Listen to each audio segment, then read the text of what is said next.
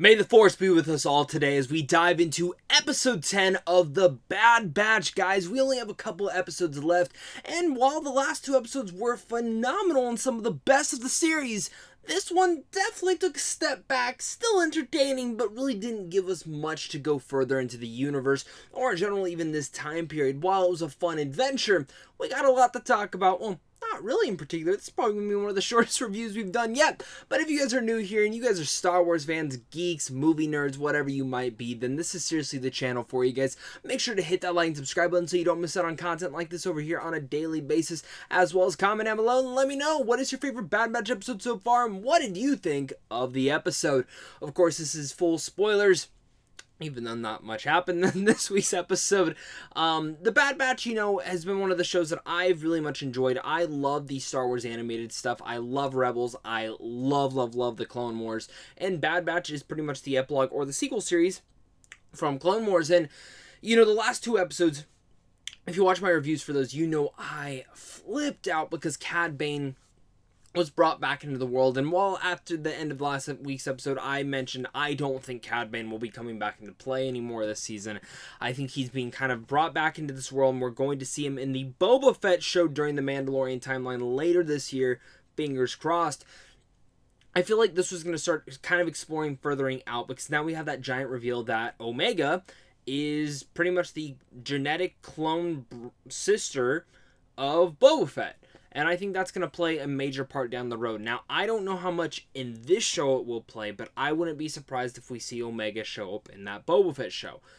But we didn't get any of that this week. This week, it's another basic Bad Batch mission. And I'm hoping after this week's episode, their debt is now paid off from Sid, thanks to Omega, and because they successfully did the mission, and now they can kind of go off and do what they need to do, and I think that's where it's going to come down to play, and I'm hoping the next few episodes can continue the strength that we were doing in the last couple of episodes, because really not too much happened in this one. They're back on this planet. They're back with Sid. Sid gives them their next mission to go save a separatist leader, which is something that you would never expect the clones to do, especially during the Clone Wars. But they go out, but what Hunter does is says, hey, Omega, you're going to need to stay behind. Sid will be here to watch you, but you're going to have to because you got people coming after you.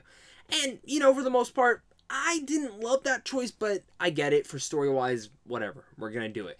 So, staying with Omega first, she's having some hardship with that because she wants to be with the team, and Sid's making her pretty much feel useless till Sid starts playing that game and Omega starts kicking everyone's ass in there, and we knew that was going to happen. Omega is a great strategist, and we see that in there, and I think that's going to play a nice key part towards later in the season, or in general just her character arc, and I like that. And the thing that I've always come to the conclusion on, I'm like, why do we not have this game in real life? Like, why can't I go to Galaxy's Edge at Disneyland and play that game against people, or why can't I play that game in general anywhere? Maybe I'm wrong, but I've never been able to do. I think we should be able to have the holographics thing working and being able to do that fun stuff. Anyone else want to play that? I'd probably lose, but it'd still be fun. I've always wanted to play it ever since I saw it back in, A New Hope?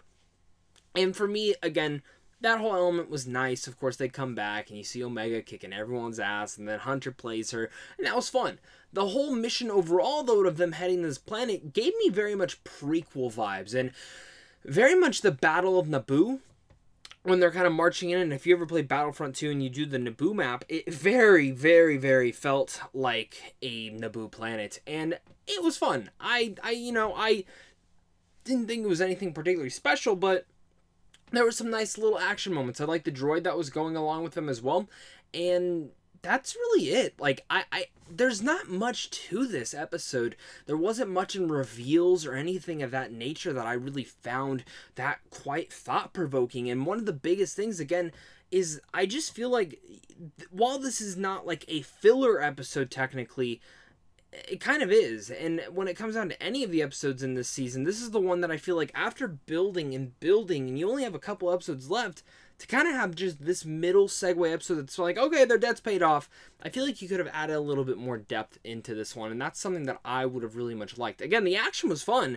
and it was great seeing them go into the tankers and shooting and, taking out all the other clones, and it was great seeing that. Like, don't get me wrong, but I expected a little bit more from this episode. It's not the best, it's not the worst, but it definitely is one of the weakest ones so far of this series.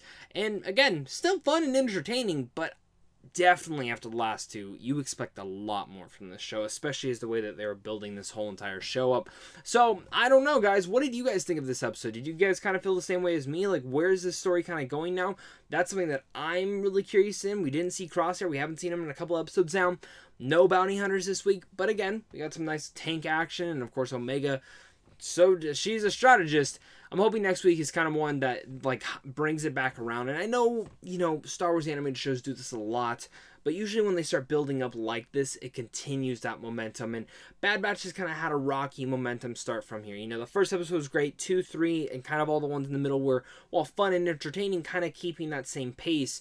But when Cad Bane showed up, that really changed propellers, and it feels like they shifted back a gear. And I was like, why are we shifting back?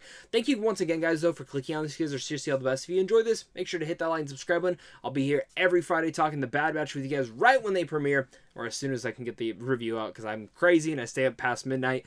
And also, guys, just make sure to comment down below and let me know your guys' thoughts. So, of course, until next time, stay classy.